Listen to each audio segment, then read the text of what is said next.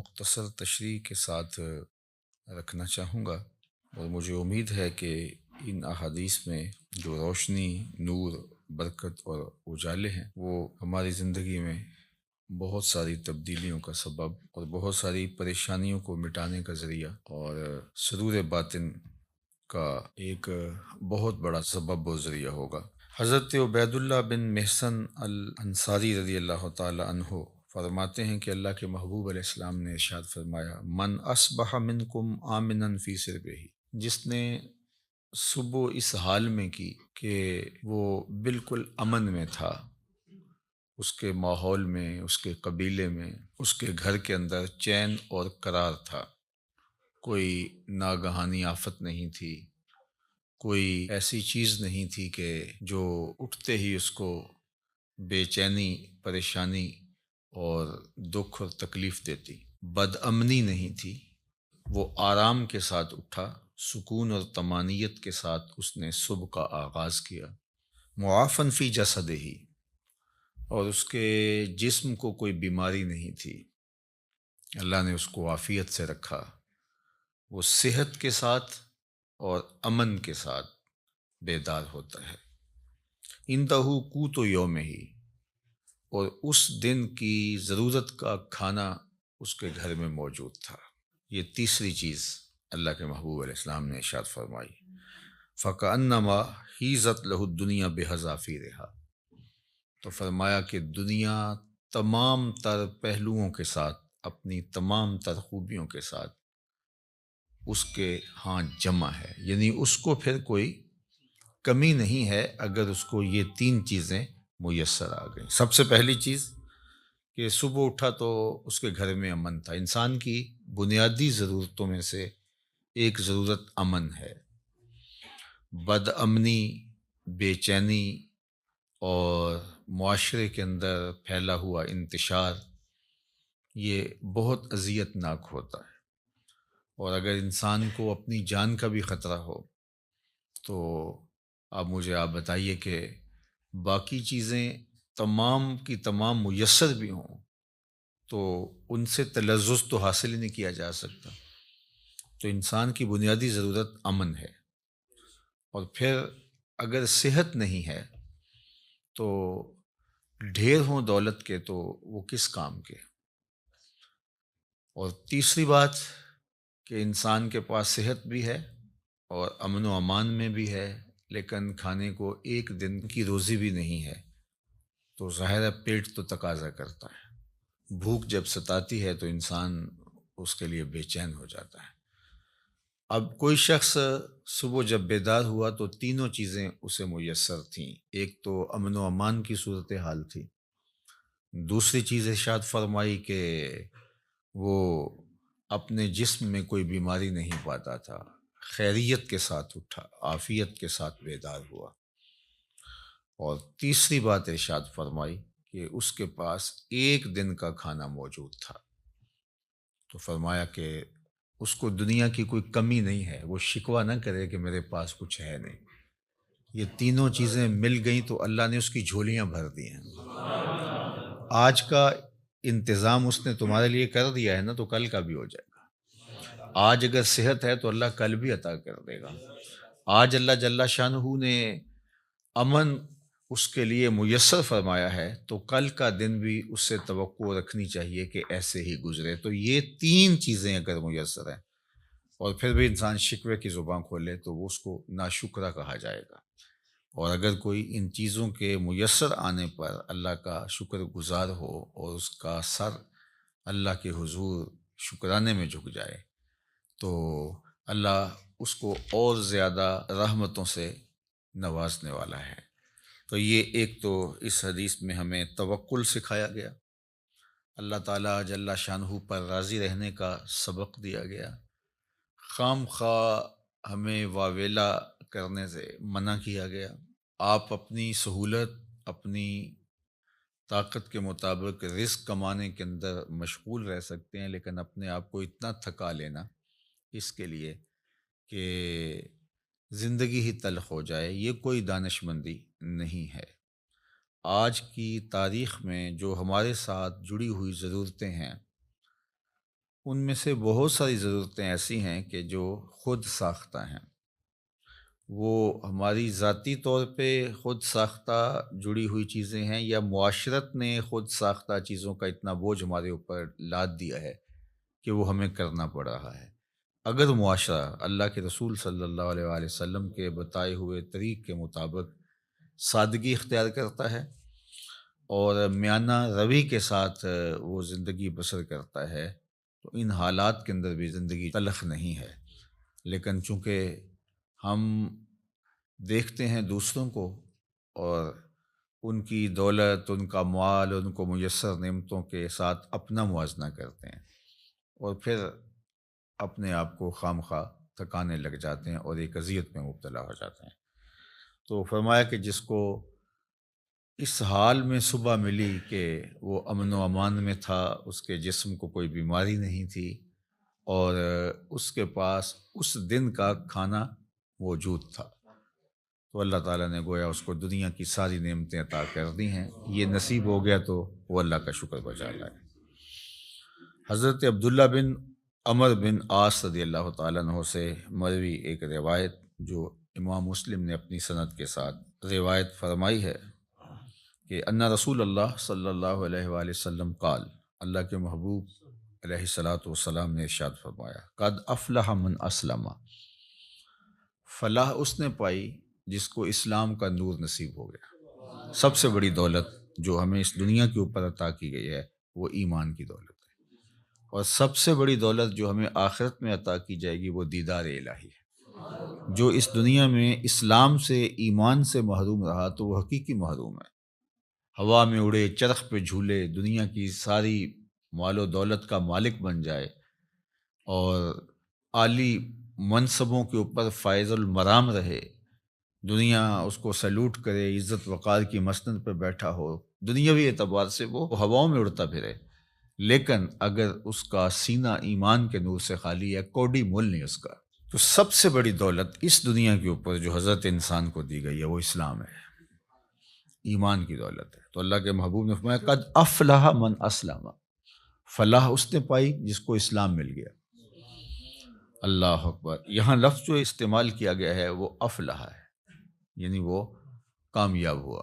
فلاح کا لفظ جو ہے یہ بہت جامع لفظ ہے، اور ہم سب لوگ اس لفظ سے اچھی طرح آگاہ ہیں، شناسا ہیں۔ ہر روز ہمیں ہر نماز کے لیے پکاری گئی اذان میں 2 مرتبہ دعوت فلاح دی جاتی ہے، حی علی الصلاح، حی علی الفلاح۔ تو ہمیں کامیابی کی طرف بلایا جاتا ہے، اور فلاح دنیا اور آخرت دونوں جہانوں کی کامیابی کے لیے بولا جاتا ہے۔ تو دنیا میں بھی وہ سرخرو اور کامیاب ہو گیا، اور آخرت میں بھی سرخرو اور کامیاب ہو گیا۔ کون؟ جس کو اسلام کا نور دیا گیا۔ اور اس کے مقابلے میں کافر نقصان میں ہے، اس نے فلاح نہیں پائی، چاہے اس نے دولت کے جتنے مرضی ڈھیر جمع کر لیے، تو وہ خسران میں ہے، فلاح میں نہیں ہے۔ وَقَانَ رِزْقُهُ كَفَافًا،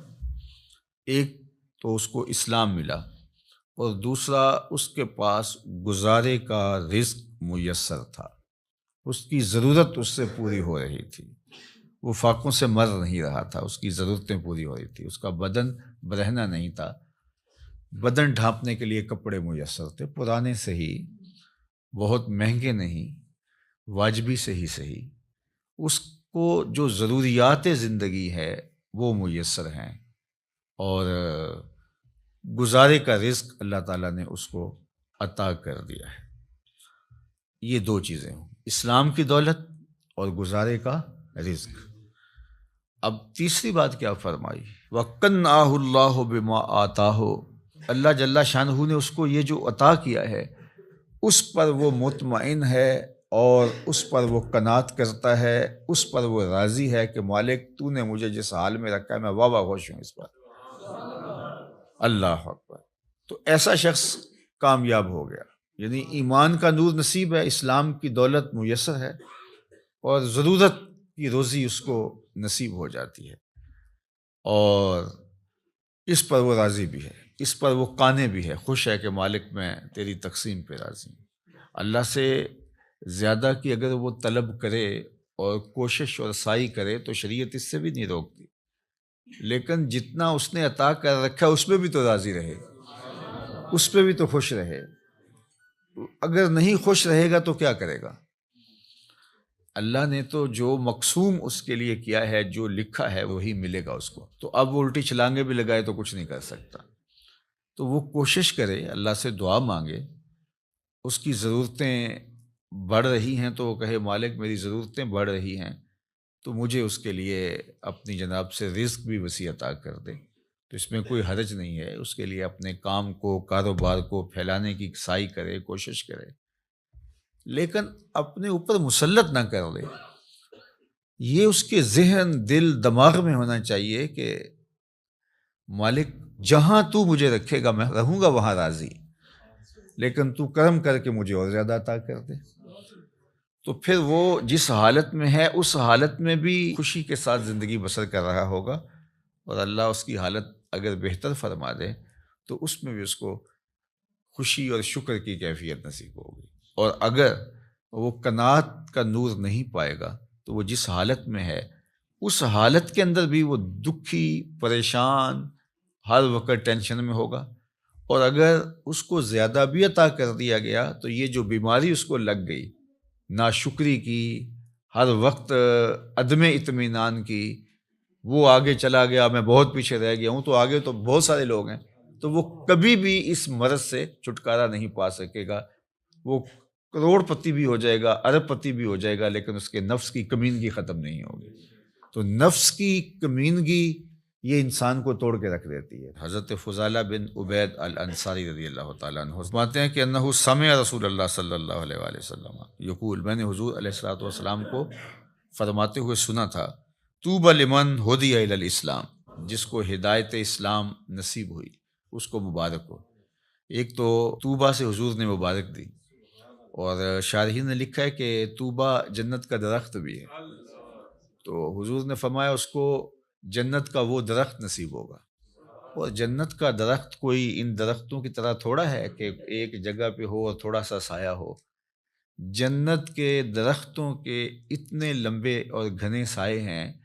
کہ سواری کے اوپر بیٹھ کے کوئی چلے 500 سال تک چلتا رہے تو سایہ ختم نہ ہو۔ تو جس کو جنت میں ایک درخت بھی مل گیا تو اس کو جاگیریں مل گئیں، اللہ اکبر، اور جس کو پھر باغات ملیں گے تو وہ اس کی پھر کیا نعمتیں ہیں۔ تو حضور نے فرمایا طوبہ، یعنی ایک تو اس کو جنت کا درخت طوبہ نصیب ہو، یا پھر اس کو مبارک ہو، لمن ہدی الی الاسلام، جس کو ہدایت اسلام دی گئی، وکانا عیشہ کفافن، اور اس کی زندگی کفایت کی تھی، جو ضرورت تھی اس کی وہ ہی پوری ہو رہی تھی، بس گزارا ہو رہا تھا، محتاج نہیں ہوا تھا، کسی کے آگے ہاتھ پھیلانے کی نوبت نہیں آئی تھی، لیکن بہت زیادہ بھی نہیں تھا، بس گزر اوقات ہو رہی تھی۔ وقنع، اور اس پہ وہ مطمئن بھی تھا۔ یہ مطمئن ہونا اوقع ہے، چونکہ جس حالت میں وہ رکھے اس حالت میں تو رہنا پڑے گا ہی، وہ کیا کرے گا، لیکن اس حالت میں رہ کے اس پر مطمئن ہونا، اصل یہ وہ چیز ہے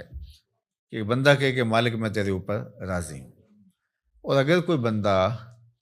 اللہ کی اس تقسیم پہ، اس کے دیے گئے پہ راضی ہو جاتا ہے تو اللہ کے محبوب کا ایک اور فرمان ہے جو سیدنا علی المرتضیٰ رضی اللہ تعالیٰ عنہ سے مروی ہے کہ جو اللہ کے دیے گئے تھوڑے رزق پہ راضی ہو گیا، اللہ کے محبوب فرماتے ہیں اللہ اس کے تھوڑے عملوں پہ راضی ہو جائے گا، کہ بندے تجھے ضرورت بھی تھی اور پھر بھی تو میرے دیے پہ راضی ہو گیا، تھوڑے پہ راضی ہو گیا۔ دیکھو اللہ کے ہاں کیا کمی ہے، تھوڑا دے دے یا زیادہ دے دے، لیکن اگر وہ تھوڑا دیتا ہے تو وہی جانتا ہے کیوں دیتا ہے، اور اگر وہ زیادہ دیتا ہے تو وہی جانتا ہے کیوں دیتا ہے۔ بعض اوقات ایسے لوگوں کو اتنا فراواں مال دیا ہوتا ہے کہ بندہ کہتا ہے کہ یار اس کو اتنا مال ہو، اس کو پتہ بھی نہیں ہوتا، نہ اس کے پاس کوئی فہم ہوتا ہے، نہ اس نے کوئی منصوبہ بندی ہوتی ہے، تو وہ جس طرح چھت پھاڑ کے دینے والا معاملہ ہوتا ہے، اور بڑے بڑے ملازمین اس کے آگے پیچھے ہو رہے ہوتے ہیں، وہ کسی کام کا آدمی نہیں ہوتا۔ میاں صاحب نے کہا تھا بے وقوفاں دے نوکر ویکے دانش مند سیانے، تو بڑی دولت دے دیتا ہے۔ اور بعض بہت پڑھے لکھے، سمجھدار، معاملہ فہم، لیکن بیچارے بمشکل اپنا گھر چلا رہے ہوتے ہیں۔ اب یہ اس کی تقسیم ہے۔ ہاں، اگر قناعت مل گئی، شکر گزاری کا جذبہ مل گیا، وہ جس کو زیادہ دیا اس کو بھی اور جس کو کم ملا اس کو بھی،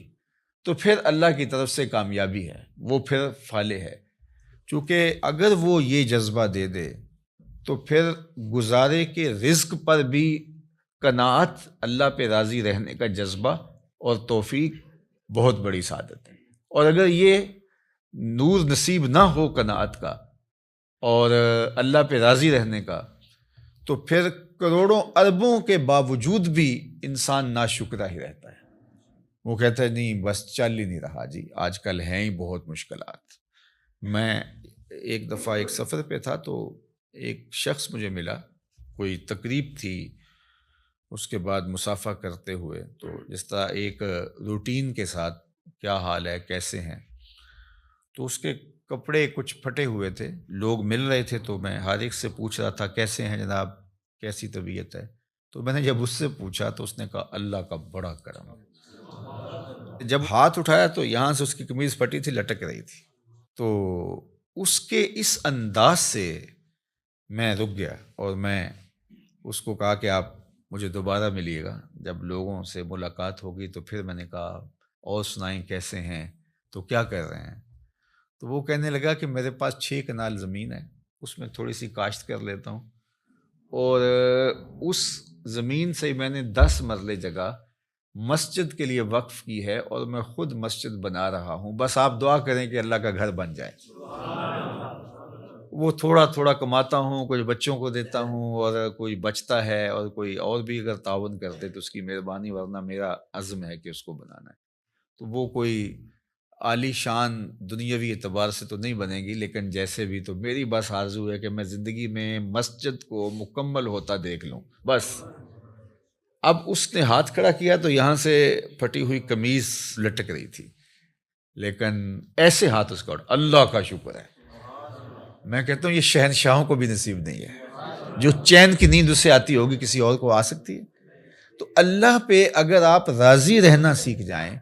تو پھر جس حالت میں ہوں گے تو اللہ آپ سے راضی ہو جائے گا، اور اگر نہیں سیکھیں گے تو اربوں خربوں کے بعد بھی وہ بعض کروڑ پتی ارب پتی ان سے رواجن ہی پوچھتے ہیں جناب کیسے حال ہے، وہ کہتے ہیں چل ہی رہا ہے، اور وہ کہتے ہیں اللہ کا فضل ہے۔ تو اس کے چہرے کے اوپر پھیلی ہوئی خوشی، اس کی جو باڈی لینگویج ہے وہ بتا رہی ہے کہ یہ شخص کتنا خوش ہے اپنے رب پہ، اور دوسرے کی باڈی لینگویج بتا رہی ہے کہ یہ کروڑوں اربوں کمانے کے باوجود، حالانکہ جب مہنگائی ہوتی ہے، حالات تلخ ہوتے ہیں تو ان لوگوں کی اور چاندی ہو جاتی ہے، لیکن وہ کہتا ہے بس چل ہی رہا ہے، یعنی اس کی آواز ہی نکلی چل ہی رہا ہے۔ تو اس لیے اللہ پہ راضی رہنے کا مزاج پیدا کریں۔ اس نے یہ تھوڑا کیا کہ ہمیں زندگی دے دی، اس کا یہ تھوڑا کرم ہے کہ اس نے ہمیں صحت عطا فرمائی، اس کا یہ کتنا کرم ہے کہ اس نے ہمیں اسلام کا نور اور جمال عطا کیا۔ باقی ہماری ضرورتیں تو پوری ہو رہی ہیں، ہمارے اوپر تو اس کا کرم می کی طرح برس رہا ہے، یہ تو ہمارے مطالبے زیادہ ہیں، ہماری خواہشیں بڑھ گئی ہیں، اس لیے ہم پریشان ہو جاتے ہیں، ہم دائیں بائیں دیکھتے ہیں۔ دیکھیے جو جانور ہیں ان کو جتنا دانہ چاہیے ہوتا ہے، جتنا چارہ چاہیے ہوتا ہے، یا گوشت خور جانور ہیں ان کو جتنا چاہیے ہوتا ہے روز اتنا لیتے ہیں اور مطمئن، اور اپنی کچھار میں، اپنے گھونسلے میں، اپنے گھر میں چلے جاتے ہیں، بات ختم۔ انسان کے لیے مسئلہ یہ ہے کہ یہ جمع کرنے کے چکر کے اندر پریشان ہو گیا ہے۔ دنیا کے اوپر صرف 2 مخلوقیں ایسی ہیں جو رزق جمع کرتی ہیں، ایک انسان، دوسری چیونٹی۔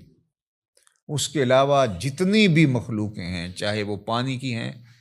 وہ مخلوقیں خشکی کی ہیں، ہواؤں میں اڑنے والی ہیں، کوئی اپنا رزق جمع نہیں کرتا۔ ہم کتنا کھاتے ہوں گے، لیکن یہ ہاتھی کتنا روز کھاتا ہے؟ بڑی مچھلیاں، وہیل مچھلیاں ہیں، یہ اتنا کھاتی ہیں ٹنوں کے حساب سے، اور اللہ اس پانی میں ان کے لیے وہ میسر فرما رہا ہوتا ہے۔ یہ ہنس پرندہ جو ہے یہ خالص سچے موتی کھاتا ہے، اور دنیا کے اندر لاکھوں کروڑوں ہنس پائے جاتے ہیں، اور اللہ روزانہ پیٹ بھرنے کے لیے ہر ایک کو سچے موتی فراہم فرماتا ہے۔ تو ہم تو خام خواہ پریشان ہو گئے۔ ہاں، ہمیں سعی کرنے کا کہا گیا ہے، محنت کرنے، وہ پرندہ بھی اڑ کے جاتا ہے، شیر بھی اپنی کچھار سے نکل کے شکار کرتا ہے، سائی وہ بھی کرتا ہے۔ تو اللہ جل شانہ ہمیں قناعت کا نور عطا فرمائے، اور اس نے ہمیں جس حالت میں رکھا ہے اس میں کامل مکمل اطمینان عطا کرے، ہماری ضرورتوں کو اپنے فضل سے پورا فرمائے، اور اس معاشرے کے اندر جس طرح معاشرتی نظم بن گیا ہے تو ہماری کچھ مجبوریاں ہیں۔ کسی نے بیٹیوں کی شادیاں کرنی ہیں تو ظاہر ہے کہ وہ چاہے بھی کہ میں بالکل سادگی سے کروں،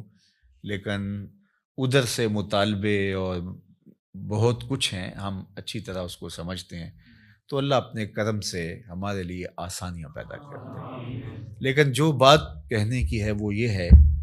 کہ اگر یہ ساری ضرورتیں ہمارے ساتھ جڑی ہوئی ہیں اس معاشرت میں رہنے کی وجہ سے، تو وہ پورا کرنے کی کوشش ضرور کریں، لیکن اس دل کو قناعت سے خالی نہ ہونے دیں۔ اللہ سے جو اطمینان ہے اس کو کبھی ضائع نہ ہونے دیں۔ باقی یہ اگر ضرورتیں بڑھ گئی ہیں تو یہ معاشرے نے بڑھائی ہیں، ہماری ضرورتیں وہ پوری کر رہا ہے،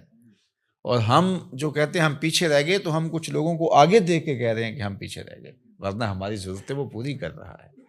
اور اس پر اللہ کے محبوب علیہ الصلوۃ والسلام نے ایک بڑی خوبصورت ایک بات ارشاد فرمائی،